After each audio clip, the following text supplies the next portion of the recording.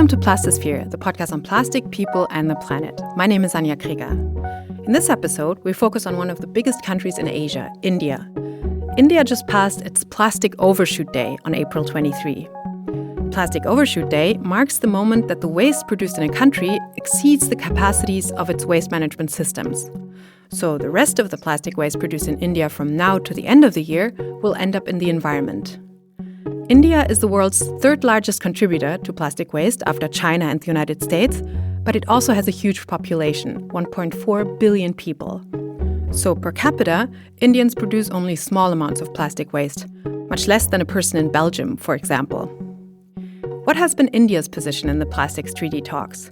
Is the country on the right track to tackle the pollution? In this guest episode, you'll hear an excerpt from the podcast In Focus by The Hindu. It's hosted by G. Sampath, the social affairs editor of The Hindu, who speaks with Satyarupa Shekhar, a public policy advocate who works on urban governance, data justice, and plastic pollution. Satyarupa tells us more about India's positions on the global plastic treaty. India is one of the countries that opposes a majority voting option, which has been a major issue hindering the progress of the negotiations. Beyond this procedural stance, what kind of treaty does India envision? Let's hear more. India does not want any binding targets or any caps on the production of plastic polymers, and that it does not want any sort of regulation with respect to substances, materials, or the chemicals that needs to be used in this. And only, the focus needs to really be only on the downstream. So what they're saying is that no upstream measures need to be accounted for within the scope of the treaty. Now, this is, of course, against, the original mandate, which says that it would look at the entire life cycle of plastics. The second aspect that India has made a point about is that, of course, there should be some financing mechanism provided to countries to transition from plastics to alternatives. But in addition, what it has said is that this really, alternatives really need to depend on the accessibility, affordability of the alternatives themselves. So while, on the face of it, it looks like a very appropriate, demand, I think when we can talk about this later as well, that India has actually used this to ring-fence conversations on real substitute and real alternatives and actually promoting, further dependence on plastic. The third has been on voluntary measures. So they have said that, countries should be free to determine what they do and how fast they do take some actions. And the last has been that India has talked about trade and the WTO rules not being violated in promoting, environmental protectionism or environmental protection. Sorry, not protectionism, environmental protection. Right. So, broadly speaking, from what you're saying, Satyarupa, what I'm getting is that India is, despite the scope of the whole instrument being about the life cycle of plastic being, brought into the picture in terms of how we can address it, India is not interested in upstream aspect of production, etc. No cap on production, no cap on what kind of materials are used, etc., etc. Now, coming to this whole trade and WTO rules related concerns of India, what exactly are we concerned about? What kind of a conflict do we foresee between the proposed treaties provisions and the existing WTO rules that India is worried about? So India has an unsubstantiated claim that there is a conflict between the WTO rules and the proposed instrument, the plastic treaty provision. Actually, that is not really the case. In February of this year, in February 2024, we had the 13th ministerial conference of the WTO. And there was a statement that actually the WTO released after the ministerial conference that's recognized that the intergovernmental negotiating committees is going to be leading the process to develop solutions related to plastic pollution. Right. So this is coming out of the WTO itself. It's being welcomed by civil society across the world. If you look into a little bit around the WTO rules themselves, there are certain technical barriers to trade that want to ensure that there are no unnecessary obstacles to trade. But at the same time, it recognizes that WTO members have the right to implement measures to achieve legitimate policy objectives, such as the protection of human health and safety or the protection of the environment. right? So this is actually enshrined into the WTO. And, after the 13th Ministerial Conference, we actually have the Deputy Director General stating that several members of the WTO have already undertaken several trade measures on plastic pollution. We're talking about more than 100, I think 130 measures that have actually been already undertaken by countries across the world. Over 80% of these have come from the least developing countries and developing countries, right? So, and there's been no dispute within the WTO about restrictions on trade around plastic. And I think, the fact that India continues to make an issue out of this seems to need a little bit more investigation, I suppose. But what is interesting is that the Deputy Director General also mentioned that there is an informal dialogue on plastics within the WTO. And so far, 78 countries have participated in shaping what the WTO rules with respect to trade on plastics would entail. And, I guess unsurprisingly, India is not among the countries that has participated in that dialogue. Okay, that's interesting. I mean, we are on the one hand concerned about conflict with WTO rules, but we are not part of the forum within WTO, which is looking at these aspects, which already has 78 countries. Exactly. Absolutely.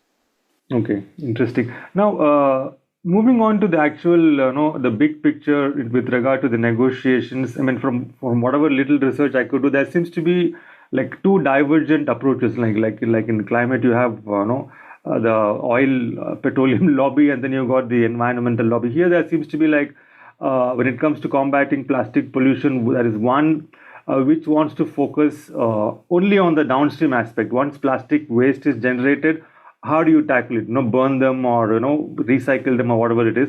And then there is the other approach, which is to focus on the entire life cycle of plastic, starting with the polymer production, the production, the design, and then all the way down to downstream aspects of production, of elimination of waste or managing waste.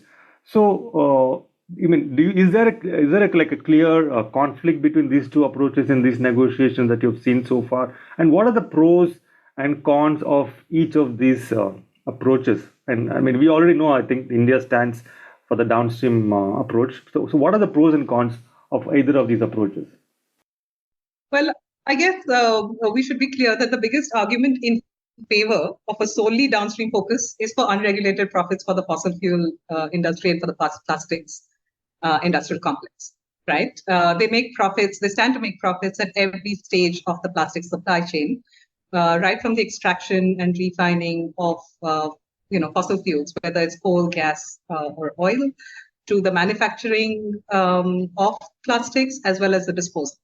Even shipping companies are being paid to transport plastic waste from developed countries to developing countries to, so-called under the guise of recycling. So, and most of these countries are Asia and in Asia and Africa, including India.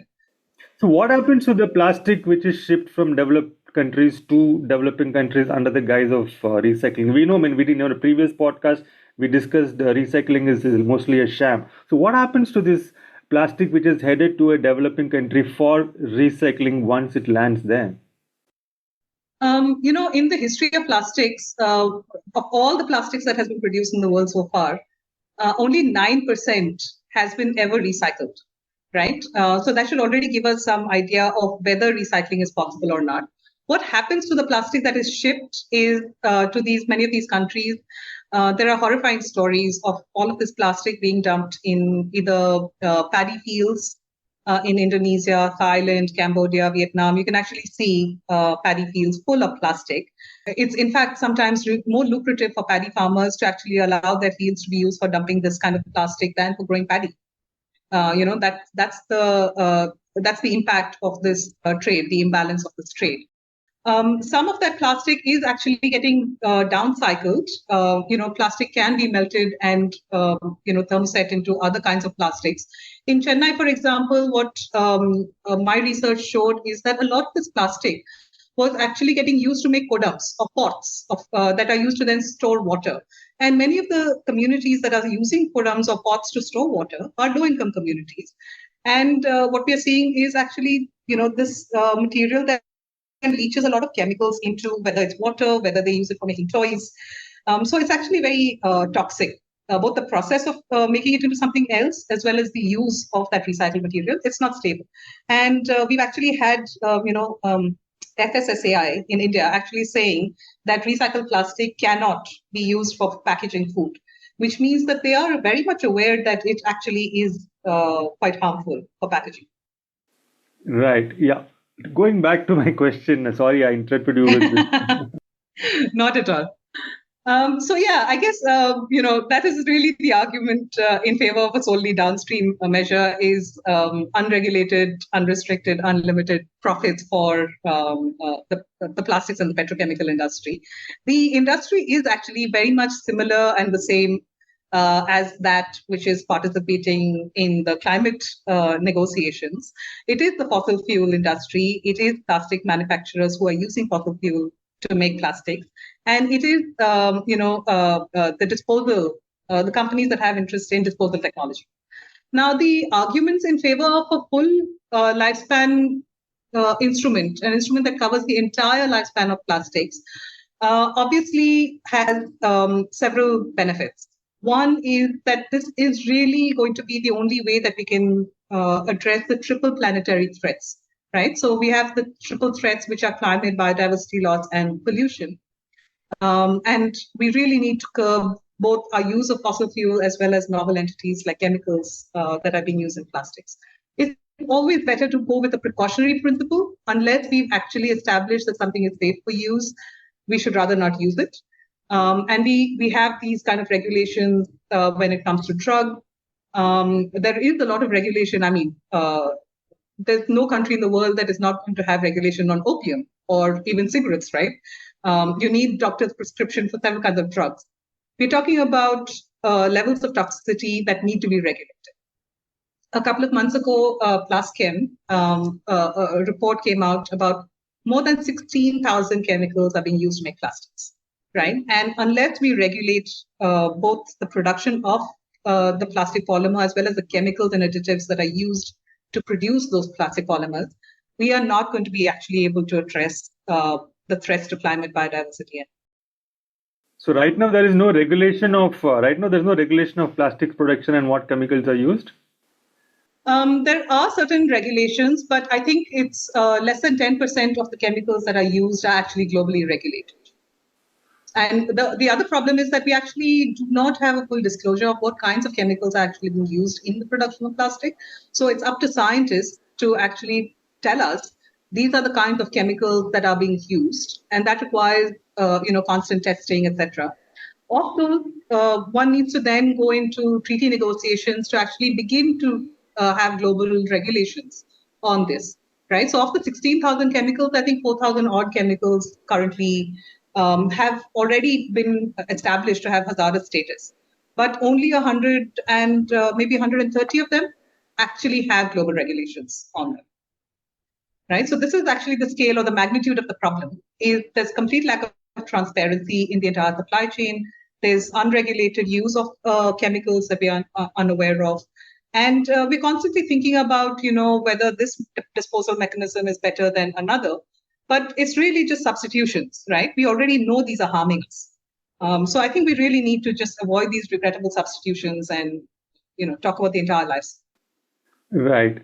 Now, one big argument, when it comes to the reluctance of nations to reduce plastic dependency. I mean, when I say nations, let's include India also. In this, we are, plastics dependent to a large extent, and we don't want to. Give it's reflected in our stance in these negotiations. We don't really want to give up on plastic, and one of the main reasons is that they are cheap. The marginalized sections, they sort of depend on it. They go to it for various purposes, and at the same time, critics of this line also point out that the plastics are cheap only because of subsidies to the petrochemical or plastic industries.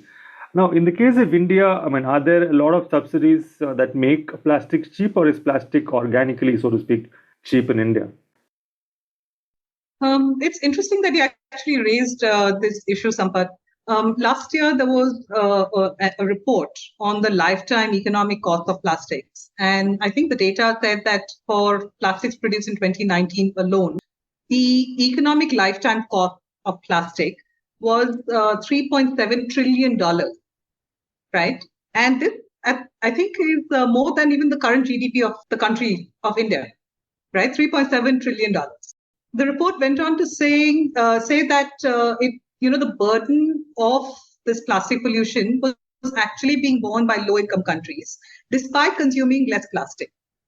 And they are incurring a lifetime cost that is almost 10 times higher than developed countries, right? So there are structural inequalities and inequities that have been built into the current plastic value chain that not only distribute the burden of plastic pollution unequally among countries, but they further place this burden disproportionately on more vulnerable communities within our countries.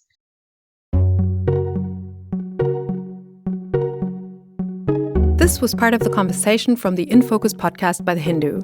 Listen to the whole episode on The Hindu's website or via the In Focus podcast feed. I'll paste the links into the show notes. They also have an episode on recycling, which I still have to catch up on. Thanks to Satyarupa Shekhar, G. Sampath, and Mandira Modi for these super insightful perspectives from India and for allowing me to share them on Plastisphere. The production editor for this episode is Sharmada Venkatesubramanian. Plastisphere theme music is by Dorian Roy and cover art by Maren von Stockhausen. Follow the Plastics Treaty playlist on plastisphere.earth and subscribe to the Plastisphere feed on your favorite podcast app if you haven't. That's it for now from me, Anja Krieger. Have a great day and see you soon.